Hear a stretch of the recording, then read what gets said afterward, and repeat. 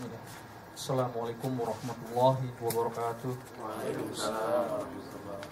Alhamdulillahirabbil alamin wassalatu wassalamu ala asyrofil mursalin wa ala alihi washabihi ajmain. Amma ba'du. Alhamdulillah, puji syukur kita panjatkan kehadirat Allah Subhanahu wa taala karena atas berkat rahmat dan hidayahnya kita masih diberikan nikmat yang sangat besar, terutama nikmat Islam, nikmat iman dan nikmat sehat. Hingga akhirnya kita masih dipertemukan kembali dalam kajian Islam Zuhur Indosat atau biasa kita sebut KIDI. Salawat dan salam tidak lupa kita curahkan kepada junjungan kita Nabi besar Nabi Muhammad SAW beserta keluarga, sahabat dan para pengikutnya yang istiqomah hingga akhir hayat. Insyaallah kita yang hadir di sini sebagai pengikutnya yang istiqomah. Amin ya rabbal alamin. Ya maaf KIDI yang dirahmati Allah. Untuk kajian kita hari ini akan mengambil tema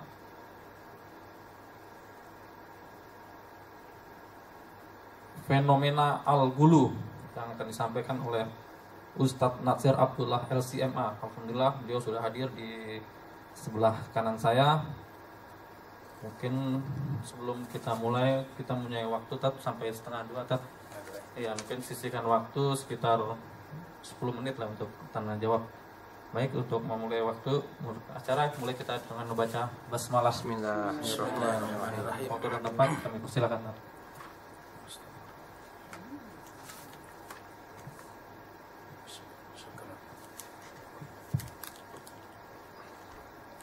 Bismillahirrahmanirrahim.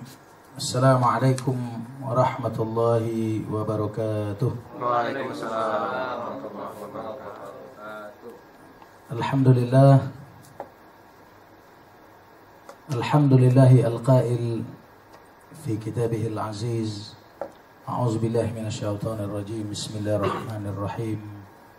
Qul ya ahlal kitabi la taghlu fi dinikum ghairal haqq wa la tattabi'u ahwa'a qaumin qad dhallu min qablu wa adallu. Asyhadu an la ilaha illallah وحده لا شريك له وأشهد أن محمدا عبده ورسوله لا نبي بعده اللهم صل وسلم على هذا النبي الكريم وعلى آله وأصحابه ومن سار على دربه وسن بسنته وجاهد حق جهاده إلى يوم القيامة أما بعد. Para hadirin jamaah salat zuhur yang sama-sama dimuliakan oleh Allah Subhanahu wa taala. Syukur alhamdulillah pada kesempatan siang hari ini kita senantiasa dilimpahkan oleh Allah Subhanahu wa taala karunia, nikmat, taufik dan hidayahnya. Semoga salawat dan salam senantiasa tercurahkan kepada junjungan Nabi besar Muhammad sallallahu alaihi wasallam, kepada keluarga, sahabat, para tabi'in, para tabi'in dan kepada seluruh pengikutnya sampai dengan akhir zaman. Hadirin rahimakumullah. Sekadar ta'aruf sedikit. Akhukum billah, nama saya Muhammad Nasir Abdullah. Asal dari Pekanbaru Riau. Sudah berkeluarga dengan 1 orang istri dan 8 orang putra-putri. Ya, alhamdulillah. Berdomisili di Ciputat. Ya. Dan aktivitas sehari-hari mengajar, dosen tetap di Sekolah Tinggi Ilmu Ekonomi Indonesia Rawamangun. Ya, stay Indonesia. Dan kegiatan sampingan ya memberikan kajian-kajian dan ceramah lah secara umum. Itu kurang lebih para jamaah sekalian ta'aruf kita pada siang hari ini. Alhamdulillah peserta kali ini jumlahnya lumayan banyak. Lumayan banyak.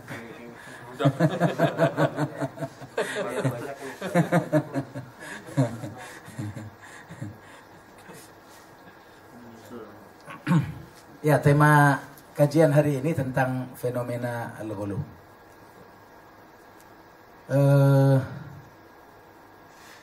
Kalau ditanya apa itu al-ghulu, sebenarnya al-ghulu itu semacam virus, penyakit. Al-ghulu itu adalah penyakit ataupun virus yang diserang oleh penyakit ini, bukan tubuh manusia dalam artian physically, ya. Tapi yang diserangnya adalah jiwa, ya. Oleh karenanya memang ini virus psikologis memang, ya. Penyakit psikologis, ya. Karena badan tidak sakit, ya. Anggota tubuh mungkin segar bugar,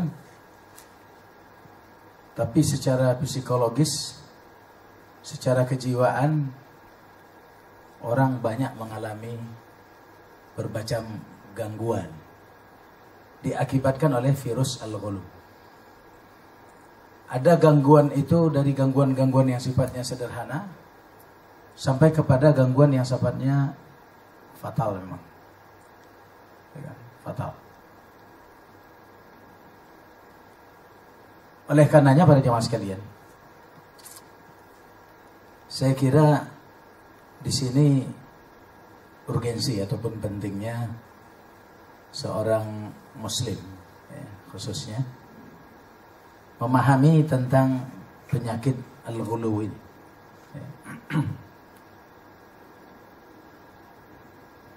Sehingga diharapkan ketika kita paham dan kita tahu bahwa yang akan diserang itu adalah kejiwaan kita, ya kita mencoba untuk mengantisipasinya dengan berbagai upaya. Dan bukan hanya sekadar menakutkan para jemaah sekalian, bahwa virus ini boleh dikatakan menyerang hampir seluruh umat Islam. Virus ini, al-ghulu ini, hampir seluruh umat Islam diserang oleh penyakit al-ghulu, ya. Pertanyaan berikutnya, siapa yang membawa penyakit ini? Dari mana asal-muasalnya? Kita tahunya al-ghulu ini ataupun virus ataupun penyakit ini dari Allah, dari Al-Quran. Al-Quran yang kemudian mengidentifikasi tentang penyakit ini, tentang virus ini, ya. Allah menyebutnya dalam Al-Quran itu mungkin di 3 ayat. Salah satunya di dalam surah Al-Ma'idah ayat 77 yang tadi kita bacakan di muqaddimah. Di situ dikatakan Allah Subhanahu wa taala berfirman, "Qul ya ahlal kitab la taghlu fi dinikum ghairal haqq wa la tattabi'u ahwa'a qaumin qad dhallu min qabl wa adallu." Katakanlah, hai ahli kitab, janganlah kamu berlebih-lebihan. Janganlah kamu melakukan sesuatu yang sifatnya melampaui batas dengan cara tidak benar. Dan janganlah kamu mengikuti hawa nafsu orang-orang yang telah sesat sebelum kedatangan Muhammad SAW. Dan mereka telah menyesatkan kebanyakan manusia, dan mereka tersesat dari jalan yang lurus. Nah, dari sini, dari ayat ini teridentifikasi itu, ya. Kalau mungkin bukan karena ayat ini, ya susah juga kita mengidentifikasinya. Dari mana ini penyakitnya munculnya ataupun virus ini, ya kan? Ternyata virus ini berasal dari ahlul kitab. Berarti memang sudah lama. Kalau bicara soal histori, sudah sangat lama, ribuan tahun virus ini sudah ada, ya. Berkembang, mengakar, bahkan mentradisi dan membudaya. Luar biasa, Jadi salah satu tradisi, budaya, kultur yang berkembang ya, tentang mengenai penyakit ini itu adalah di masyarakat Ahlul Kitab. Siapa Ahlul Kitab? Kita tahu semua Ahlul Kitab. Kalau Allah bicara tentang Ahlul Kitab dalam Quran, itu fokusnya pertama adalah Yahudi. Ya. Dan yang kedua adalah Nasrani. Ahlul Kitab. Ya. Penyakit ini menimpa mereka. Virus ini menimpa mereka. Ya. Dan parahnya ini kemudian mendarah, mendaging, ya, mengakar, sehingga mereka, dan memang tidak ada keinginan dari mereka untuk membersihkan diri dari virus ini, karena mereka menikmatinya. Jadi orang kalau tidak tahu dahsyat ini virus, dia bisa meninakbobokkan, dan kadang-kadang membuat orang itu survive, tapi sifatnya sementara aja. Di belakangan hari baru kemudian. Jadi ujung-ujungnya orang-orang yang mendapat ataupun diserang oleh penyakit ini, ujung-ujungnya binasa. Sebagaimana binasanya Ahlul Kitab. Oh, mereka kan masih jelas eksistensi mereka masih ada. Iya, physically, tadi kan kita katakan secara fisik sehat, bugar. Tapi sebenarnya mereka wujuduhum ka'adamihim, kata orang Arab.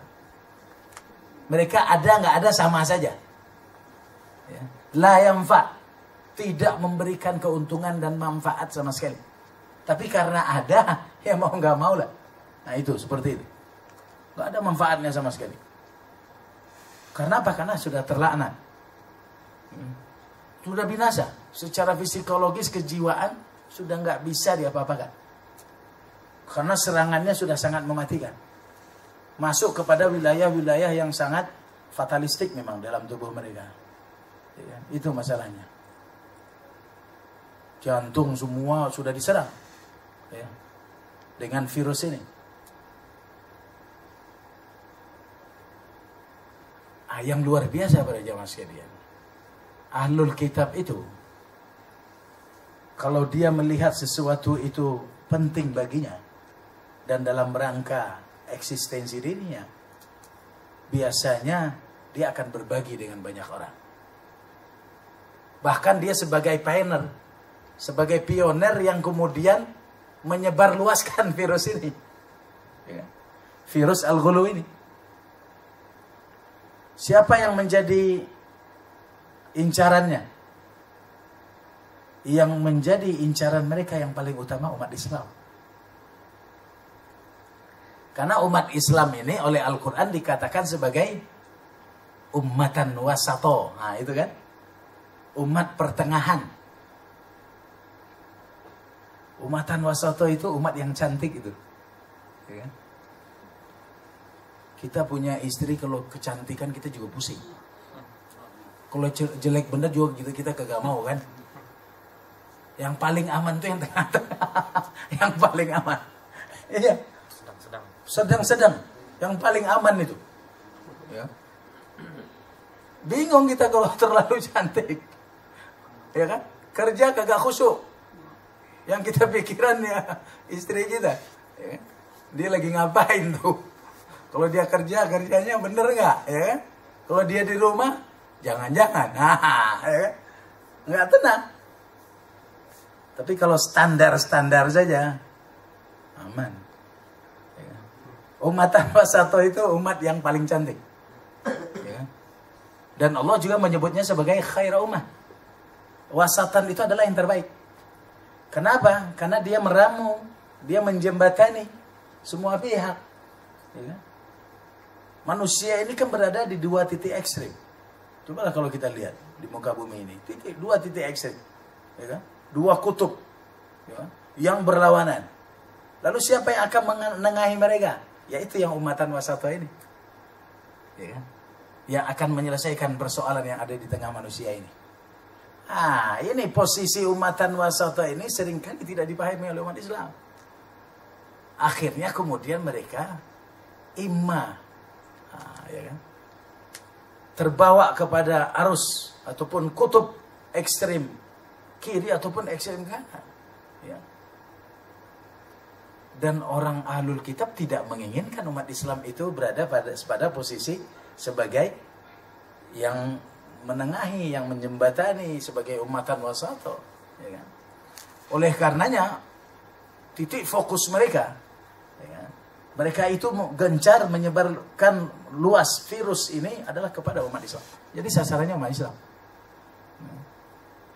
Dan efektif. Sangat efektif. Ya.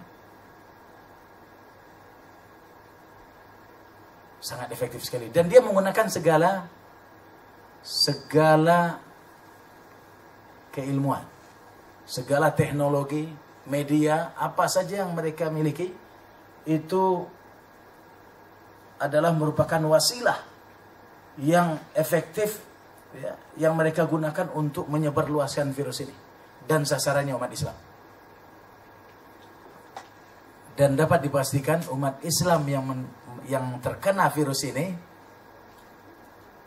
ya udah, ya, sulit kemudian untuk tercerahkan. Sulit sekali.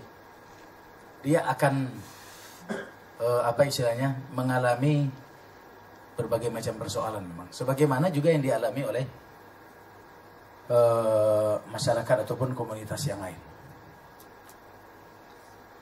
Jadi dari mana asal penyakit ini? Darinya ahlul kitab. Ya. Dari orang-orang Yahudi dan orang-orang Nasrani. Ya. Apa itu al-ghulu? Apa itu? Ya, kita belum mendefinisikan ataupun al-ghulu itu sendiri belum terdefinisikan oleh kita. Di dalam Al-Quran ada beberapa istilah yang Allah sebut yang dia dekat sekali ataupun identik lah, sinonim dengan al-ghulu. Ya, dalam Al-Quran itu ada kalimat at-tanattu', kemudian ada kalimat at-tashaddud,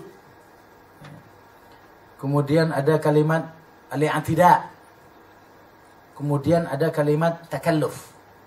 Ini istilah-istilah ataupun terminologi yang dipakai oleh Al-Quran yang pengertiannya kurang lebih hampir sama dengan al-ghulu. Kalau tanattu' itu sendiri artinya ekstrim. Ekstrim. Dalam hadis Rasulullah SAW mengatakan halakal mutanatti'un.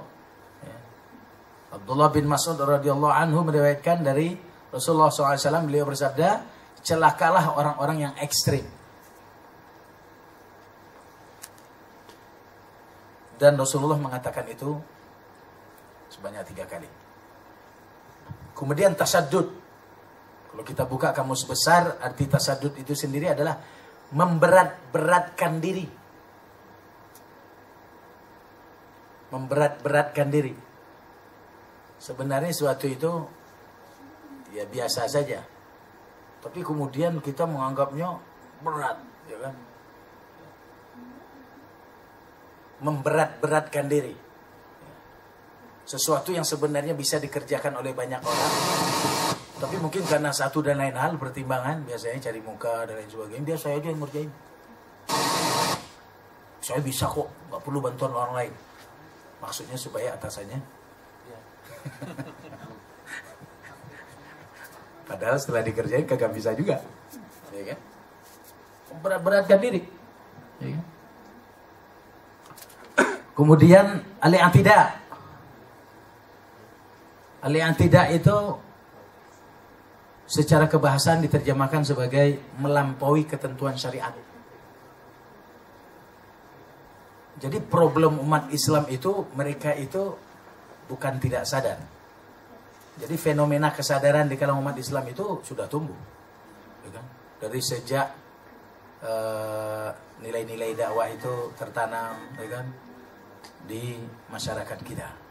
Ada kesadaran itu. Persoalan ketika umat itu sadar, apakah masalah ini selesai? Belum. Karena kalau kesadaran ini tidak kemudian di-manage dengan baik, ya kan, itu akan menjadi masalah. Ya kan? Akan menjadi masalah. Kesadaran umat itu kan untuk berislam. Islam itu kan punya kaedah-kaedah, punya aturan-aturan, punya batasan-batasan. Itu yang disebut dengan syariah. Kaedah, aturan, batasan-batasan. Kita menjalankan Islam merasa, ya, tapi ternyata yang kita jalankan itu bukan Islam, misalnya. Faktanya, ini juga disebut dengan tidak, ya kan? Ya. Ya. Atau sudah keluar dari koridor, ya. Sudah nggak sesuai lagi dengan syariah. Itu juga disebut dengan tidak. Dan itu virus al-ghulu. Virus al-ghulu. Kemudian yang satu lagi namanya takalluf. Takalluf itu memaksa-maksa diri.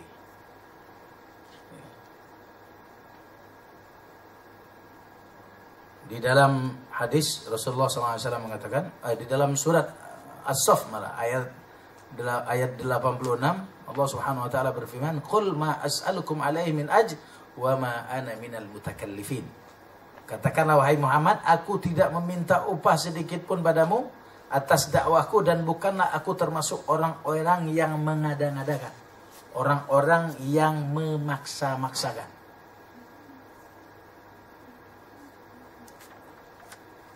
Oh, saya ingin dikatakan sebagai ibad, ya kan?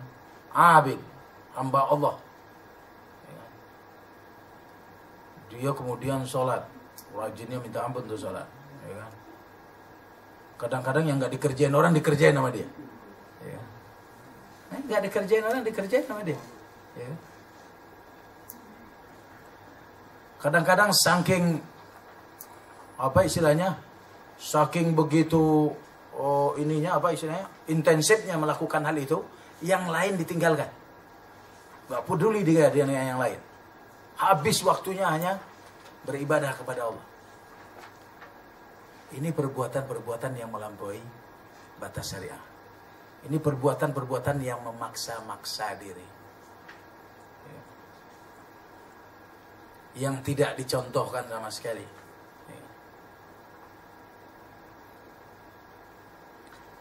Jadi dapat dipahami al-ghulu, ya kan? Pengertiannya secara umum seperti itu. Nah, para hadirin rahimakumullah, kita lihat historisnya nih, ya kan? Bagaimana sebenarnya orang Yahudi? Kenapa kemudian mereka itu bisa terkena virus al-ghulu? Ya kan? Jadi orang Yahudi itu memang hatinya rusak. Hatinya ini sudah sakit, ya kan? Bedanya umat Islam, insya Allah hati mereka tidak sakit. Itu aja yang bedanya. Kalau orang Yahudi, ahlul kitab itu hatinya sudah sakit. Sakit dengan siapa? Sakit dengan kebenaran, ya kan? Ya bayangkan aja, para nabi itu berapa banyak yang diturunkan kepada mereka, ya kan? Nggak ada satupun yang sukses. Nggak ada satupun yang sukses. Ujung-ujungnya timpakan malapetaka kepada mereka, ya kan? Makanya mereka dilaknat. Nggak ada yang sukses satupun. Karena apa? Ya belum muncul aja, belum hadir aja Nabi itu, mereka sudah tidak suka, ya kan? Tapi hebatnya mereka selalu kemas, ya kan? Kemas itu, ya kan, hati itu dengan sesuatu yang lain. Seakan-akan kehadiran orang-orang baik, ya, utusan Allah itu adalah yang mereka tunggu-tunggu, ya kan? Memang begitu, ya kan? Dikemas sedemikian rupa, ya. Jadi mereka berangkat dari niat yang sudah nggak benar, memang hatinya busuk, ya. Sehingga apapun nanti yang dikatakan oleh seorang nabi kepada mereka dalam berbagai hal pencerahan, ya mereka anggap angin lalu. Ya. Akhirnya endingnya apa? Ya endingnya bagaimana pada akhirnya orang-orang Yahudi itu bisa mengolok-olok, ya kan? Bisa mengolok-olok. Kemudian para nabi itu pun kemudian istilahnya berputus asa. Tapi alhamdulillah nggak ada nabi yang berputus asa kan, tetap berdakwah ya, hingga akhir ajal mereka dakwah. Hanya bedanya kan antara nabi-nabi dengan Nabi Muhammad itu kan beda, ya kan, separah apapun tekanan yang dilakukan oleh umat terhadap dia, Nabi Muhammad kan tidak pernah mendoakan jahat kepada ya kan, kepada umatnya. Kalau nabi-nabi yang lainnya itu kan, itu ujungnya ini, finalisasinya ya udahlah, ya Allah, siang dan malam nih berdakwah, ya kan, sudah sekian lama nih, ratusan tahun, tapi pada akhirnya begini-begini saja ya Allah, ya udahlah, ya kan, sudah sampai di akhir mataf, sudah sampai di terminal yang terakhir ini, terserah engkau ya Allah, ya kan? Mau engkau siksa silakan, mau enggak silakan, ya kan, begitu, ya kan? Seperti itu.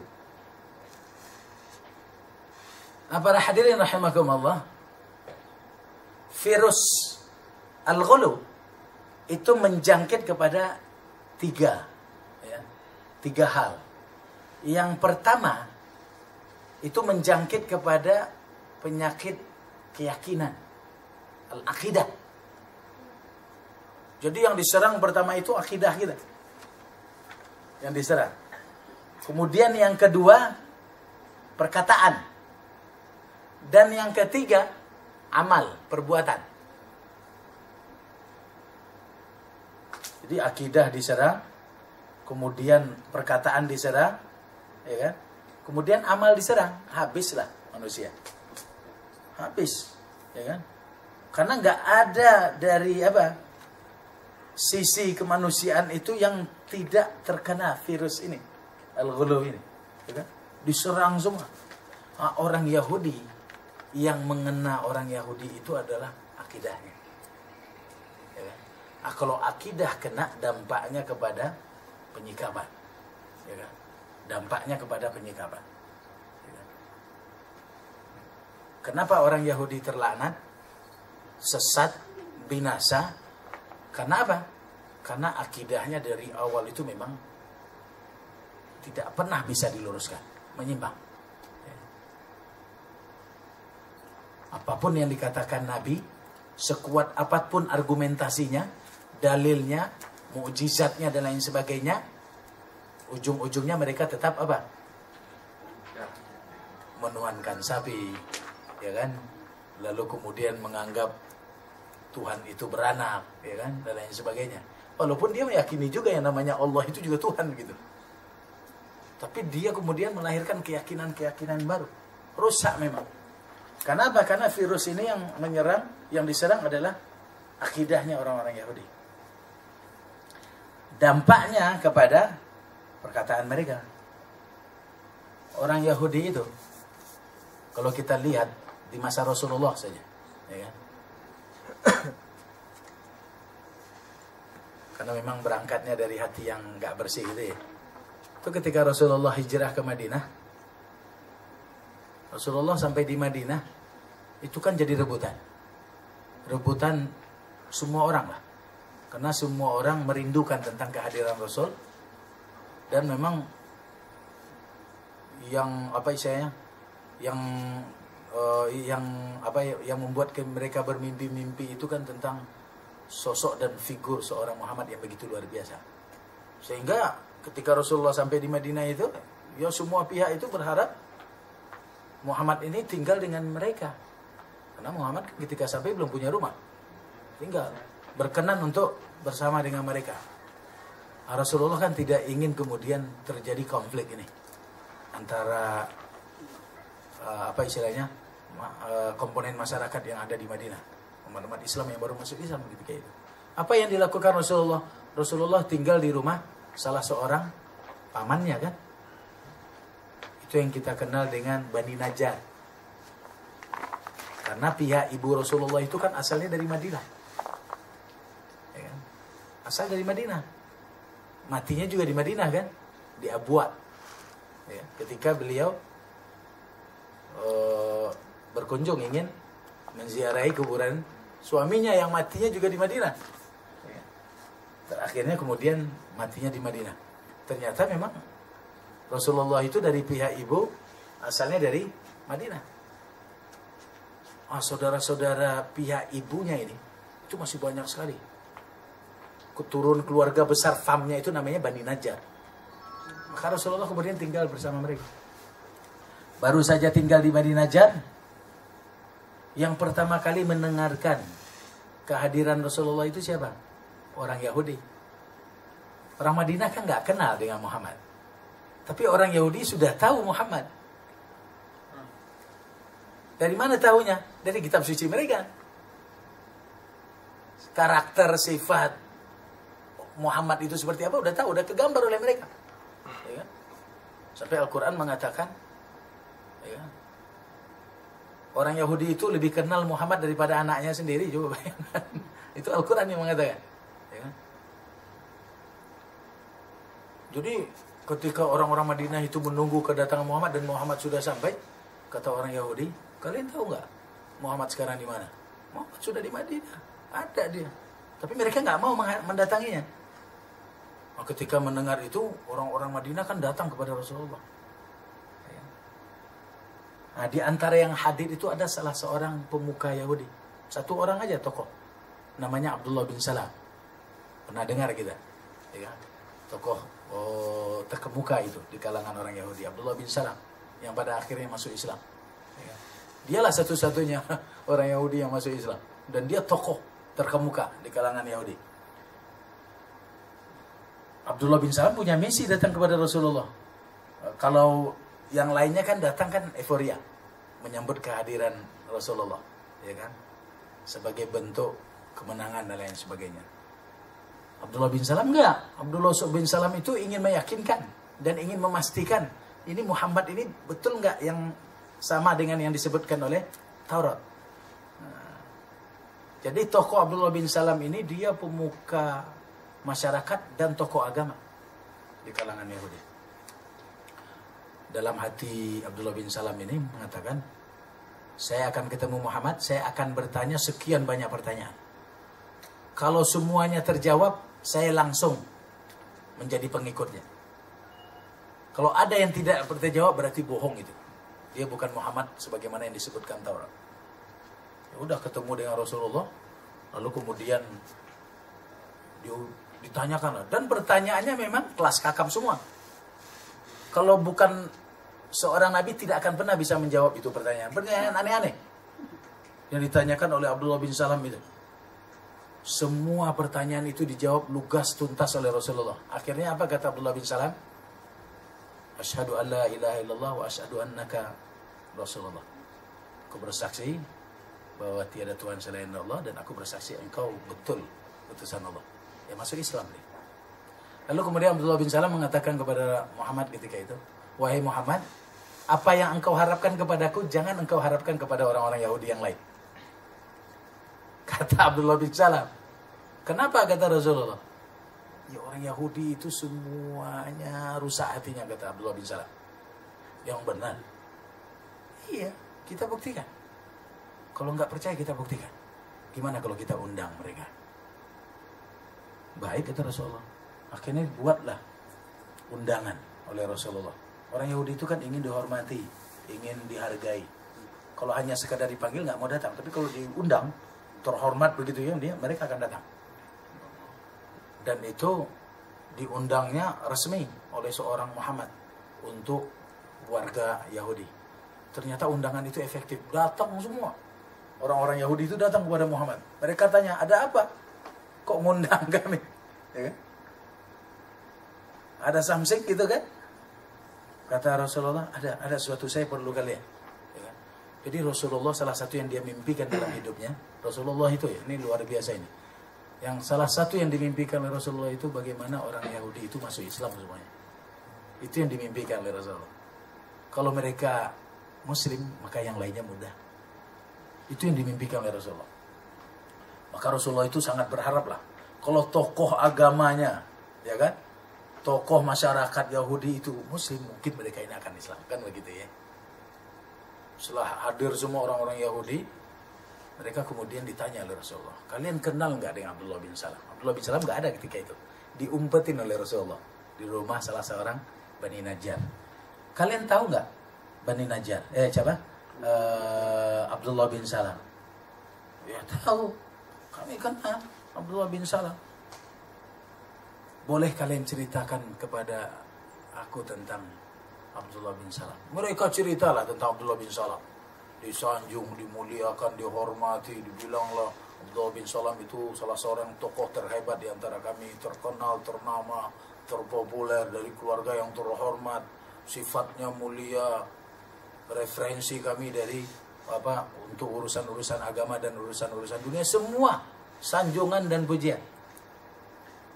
Setelah disanjung, setelah dipuji, apa yang kemudian dilakukan Rasulullah? Dipanggil ke Abdullah bin Salam. Abdullah bin Salam. Keluar Abdullah bin Salam. Ishadu alaihim. Bersaksilah kepada mereka. Akhirnya Abdullah bin Salam bersaksi. Persaksiannya gampang aja. Asyhadu an la ilaha illallah wa asyhadu annaka Rasulullah. Di hadapan orang-orang Yahudi semua yang tadinya menyanjung-nyanjung Abdullah bin Salam. Setelah itu apa yang terjadi? Setelah itu, yang kebayang oleh kita kan mereka kemudian tunduk, lalu kemudian berbondong-bondong masuk Islam. Yang terjadi tidak demikian. Tidak ada satupun dari mereka yang kemudian simpati, tertarik.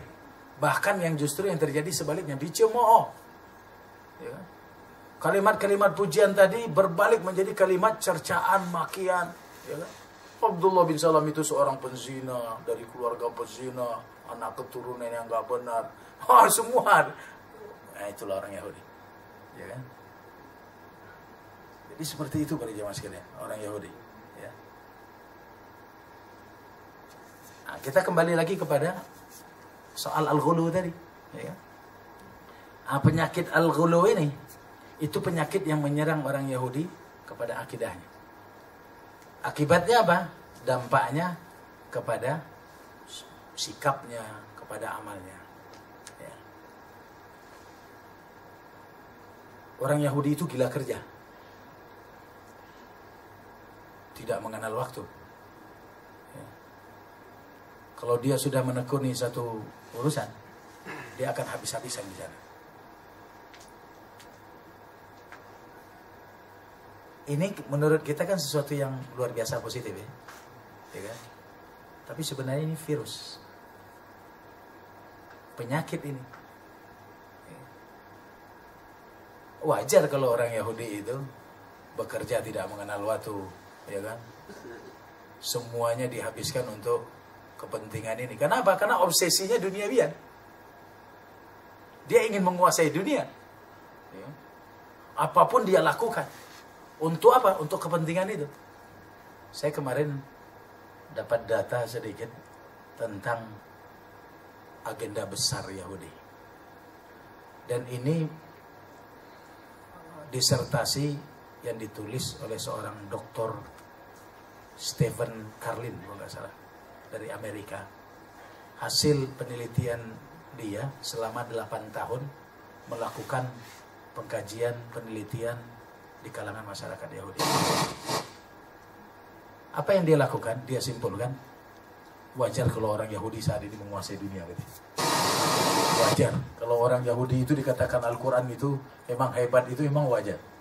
Karena memang agenda besar mereka itu bukan main-main. Mereka itu sudah mempersiapkan semuanya itu dari sejak awal. Jadi kalau bicara soal anak, dari sejak sebelum terjadi proses pembuahan di dalam tubuh seorang perempuan, itu sudah diagendakan oleh mereka. Ya. Jadi yang namanya asupan, ya, kemudian makanan, ya kan, lalu kemudian vitamin dan lain sebagainya, itu memang sudah direncanakan sedemikian rupa. Apa yang kemudian membuat fisik anak yang lahir itu tangguh dan kuat, ya, Apa yang membuat kemudian intelektualitasnya begitu luar biasa nanti, cerdasnya di atas rata-rata, itu memang sudah disiapkan sedemikian rupa. Salah satu yang disebutkan oleh Dr. Stephen itu, beliau mengatakan orang Yahudi itu setiap pagi, siang, malam itu tidak pernah lepas dari makan kacang badam, lalu kemudian susu, lalu kemudian jubun itu cheese, ya, lalu kemudian roti, ya, dan ikan tanpa kepala ikan. Kepala ikan itu dibuang karena dianggap apa? Penyakit ikan itu ada di kepalanya. Ya. Kalau badan ikan itu mencerdaskan otak, kepala ikan itu membuat orang bodoh. Itu hasil penelitiannya loh. Ya kan? Kemudian buah-buahannya, sayur-sayurannya, luar biasa. Ya kan? Yang luar biasa juga, seorang istri yang kalau dia dalam keadaan hamil, itu antara istri dan suami itu sudah sepakat. Selama kehamilan, salah satu yang mereka bahas adalah masalah yang terkait dengan matematika. Jadi rumus matematika mereka pelajari semuanya sampai tuntas. Suami dan istri yang dalam keadaan hamil. Karena mereka berkeyakinan bahwa itu nanti akan membuat anak yang ada dalam tubuh menjadi anak yang cerdas. Jadi memang subhanallah dipersiapkan sedemikian rupa. Ada datanya itu, ya kan? Mungkin kalian bisa buka di Google itu tentang cerita Dr. Stephen Kalin itu. Hasil penelitiannya selama 8 tahun, ya kan? Makanya mereka gila kerja dan orientasi mereka dunia. Yang luar biasa, saya sempat pertanyakan itu. Dari sekian yang mereka siapkan, gak ada hal-hal yang terkait dengan spirit. Karena memang orientasi mereka bukan akhirat. Mereka gak percaya dengan akhirat. Orientasinya dunia aja. Ya, karena dia ingin menguasai dunia. Ya, gak ada akhirat. Ya, gak ada cerita ngapal surat apa di dalam Taurat gitu. Gak ada. Gak ada. Cerita itu gak ada. Ya kan? Karena bagi mereka spirit gak penting. Bagi mereka yang penting sisi-sisi yang tadi itu. Membuat eksistensi mereka semakin kuat, mereka bisa menguasai dunia dan lain sebagainya dalam berbagai dimensi. Dan ternyata emang kenyataannya demikian. Orang-orang Yahudi luar biasa, jumlah mereka sedikit tapi mereka menguasai dunia. Ya. Jadi dari sisi virus ini, para sekalian, dampaknya positif bagi orang-orang Yahudi dari sisi itu. Ya.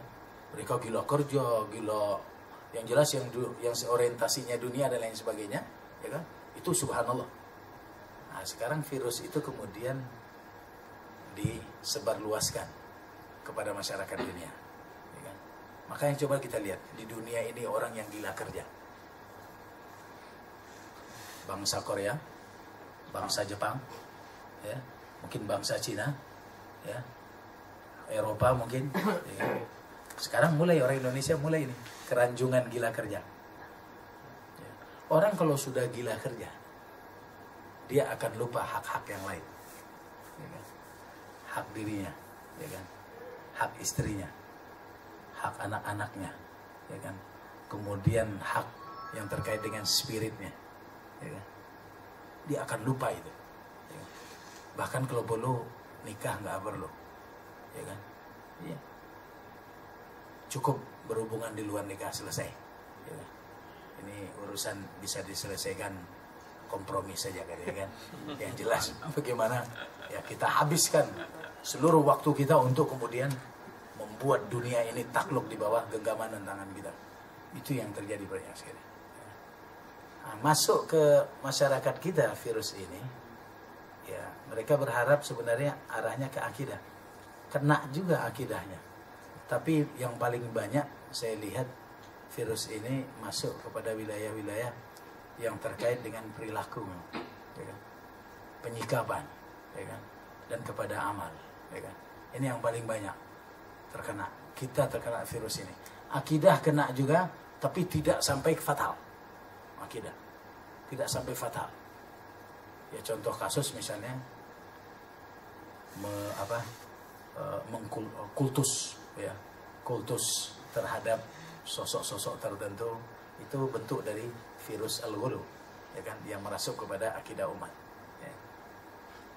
Akhirnya kemudian kita terjebak kepada perbuatan syirik memang, ya kan? Syirik.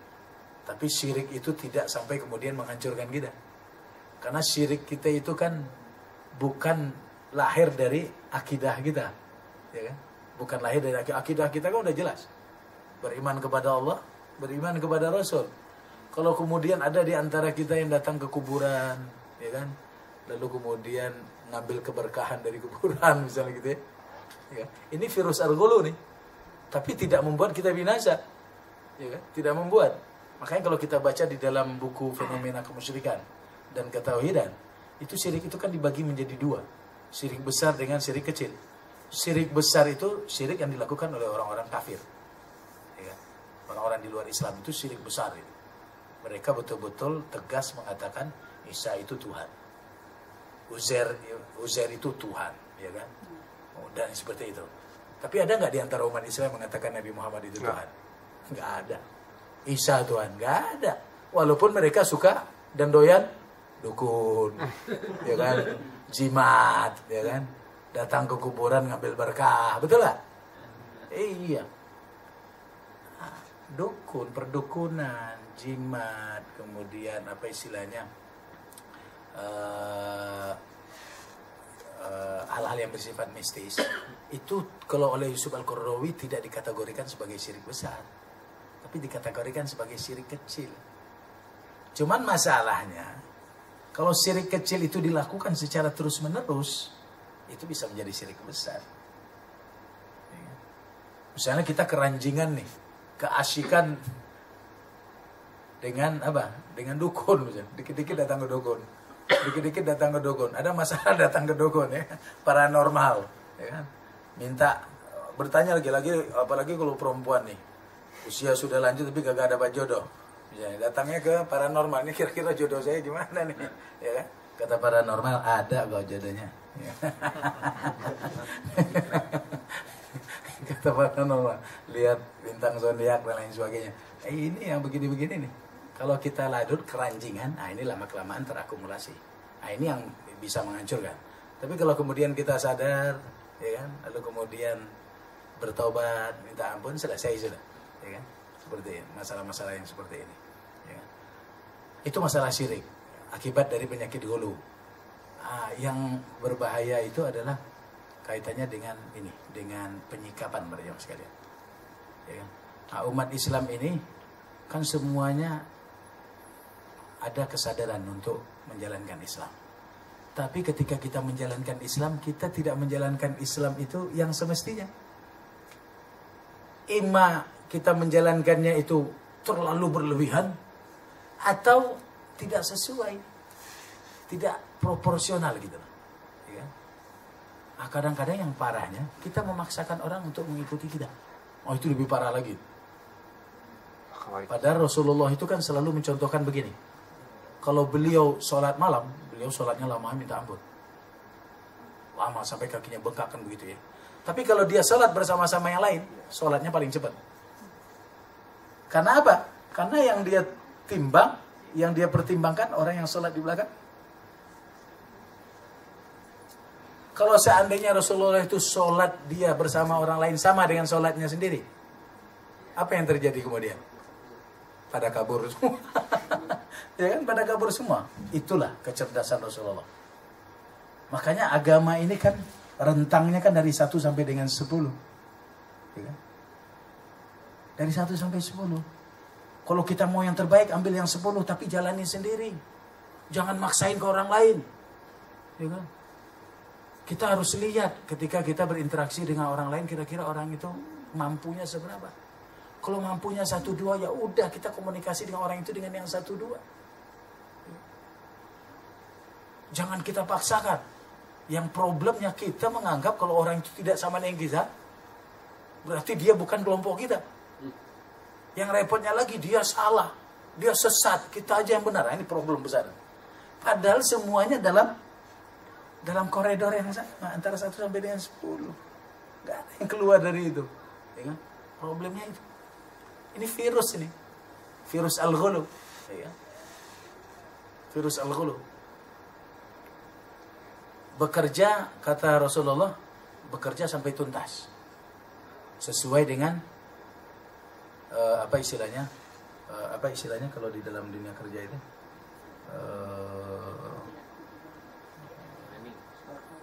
Batasan yang diberikan itu apa? SOP sesuai dengan SOP. Sesuai dengan SOP. Ya udah, kita bekerja sesuai dengan SOP. Jangan karena saking apa istilahnya bersemangatnya kita bekerja melampaui itu, melebihi itu, akhirnya ada hak-hak yang lain yang kemudian tidak tertunaikan. Ya. Memang mungkin menguntungkan, kita dapat pujian, kita dihormati dan lain sebagainya, tapi banyak hak yang kemudian terabaikan. Apalah artinya ini? Nggak ada gunanya. Ya kita kerja sesuai dengan SOP yang ada. Ya. Tapi kita mengerjakannya secara sungguh-sungguh sampai selesai, nggak main-main. Ah begitu. Kita bekerja jam 7 sampai jam 5, ya udah. Saya melihat deh. Saya kan setiap pekan memberi kajian di El Nusa pusat. Saya lihat kawan-kawan saya itu jam 9, jam 10 malam masih di kantor setiap hari. Ngapain di kantor? Saya bilangin, jam segini kasihan tuh istri anak-anak. Kalau setiap hari kalian begini, katanya setiap hari. Subhanallah, saya bilangin. Ya kan? Padahal kerja kan hanya dari jam 7 sampai jam 5. Ya kan? Selebihnya bukan urusan kita. Ya kan? Tapi ada orang yang kemudian asyik, ya kan, dihabiskan waktu di kerjanya, apalagi di rumah ada masalah. Ada masalah kemudian jangan kemudian kompensasinya di kantor. Selesaikan masalahnya, ya kan? Jangan lari dari persoalan. Harus kita tuntaskan persoalan yang ada. Seperti itu.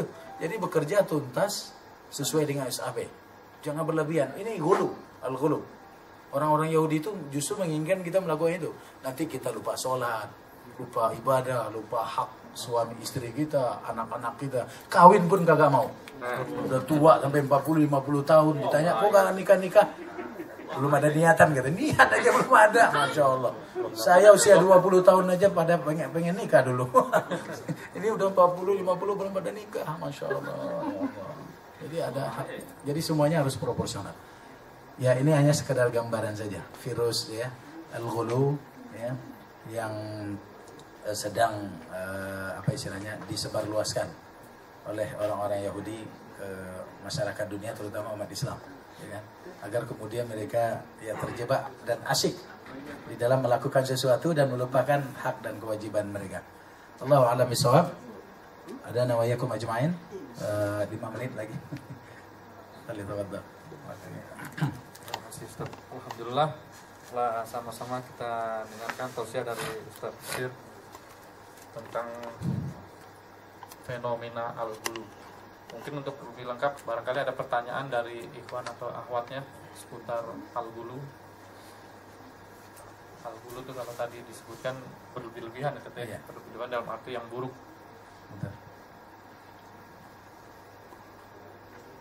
Al-ghulu dalam segala hal nggak bagus. Dalam segala hal. Dalam segala hal nggak bagus. Dalam sholat aja nggak bagus al-ghulu. Sedekah nggak bagus. Bagus juga. Iya, dalam segala hal nggak bagus al-ghulu. Karena begini, kalau orang terkena penyakit al-ghulu, dia bersedekah banyak nih, akhirnya dia akan berhenti bersedekah. Apalagi kalau kemudian dia motivasinya itu beda. Yang sering ditanamkan oleh Ustadz Yusuf Mansur kan, bersedekah dapat kan begitu. Keluar balik. Ya. Memang benar balik itu udah janji Allah. Cuma persoalannya balik itu kan belum tentu sesuai dengan maunya kita. Pertama tentang waktunya, ya kan? Kapan, di mana, ya kan? Bisa aja baliknya nanti setelah 7 keturunan. Benar ya? Kita ini kan sifat manusia ini kan tergesa-gesa. Kita keluarkan hari ini maunya besok. Nah, itu problem. Ya kan? Kata Yusuf Mansur, keluarkan yang banyak. Berapa? Uang 25 juta untuk haji. Udah di-storin. Tapi hajinya nunggu 13 tahun. Ambil aja, kata Yusuf Mansur. Sedekahin aja. Nanti itu hasil akan berlipat ganda. Ya. Ini kalau orang salah dalam memahami ini bisa problem juga. Ya. Kalau dia memang sudah siap, ya kan? memahami, dia harus paham secara integral dan secara universal persoalan sedekah itu. Dia tidak boleh memahaminya hanya sepotong-sepotong. Kalau sepotong-potong disuruh menjerat, ya kan? Dia lakukan hal itu, padahal dia nggak punya apa-apa, ya kan? Dia bersedekah dengan semuanya dengan harap Allah akan kembalikan langsung. Ini bisa akan menjadi masalah. Yang terjadi justru berputus asa nanti. Orang kemudian berhenti, ya kan? Nggak mau lagi melakukan hal itu. Nah, yang berbahaya akibat dari al-ghulu itu, dampak dari al-ghulu. Ya. Jadi semuanya harus dilakukan secara seimbang. Yang kita ukur kemampuan diri kita. Muhammad Nasir gajinya cuman sekian juta, mampunya bersedekah setiap hari itu sekian ribu, ya udah bersedekah. Jangan dipaksakan harus dalam jumlah yang besar. Tapi yang paling penting itu continue, ya kan? Ahabbul amal ilallah ma dawa masahibu wa inqal. Melakukan sesuatu yang paling disukai Allah itu apa? Kontinuitas. Bukan soal kuantitas. Kuantitas berbeda-beda. Kadang-kadang sedikit, yang penting continue. Banyak, yang penting continue. Ya kan? Kadang-kadang kan banyak tapi putus. Ya kan? Itu problem, ya kan?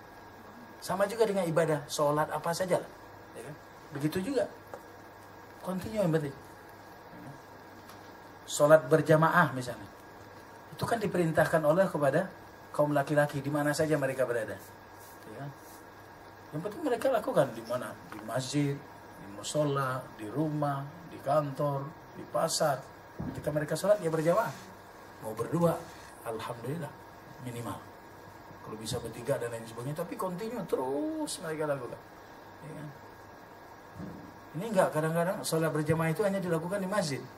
Pas di rumah sendiri aja sholatnya. Ya, sayang sekali, padahal yang disuruh itu continue secara terus-menerus melakukan hal itu. Ya. Jadi emang desainnya seperti itu para jamaah sekalian. Jangan berlebih-lebihan. Disesuaikan apa yang kita lakukan itu dengan kemampuan diri kita. Dan jangan mengabaikan hak-hak orang lain. Semuanya itu harus seimbang. Kalau ada yang kita lakukan kemudian ada hak orang lain terabaikan ataupun terzolimi, jangan dilakukan. Ya kan? Ambil yang paling mudah, yang paling gampang.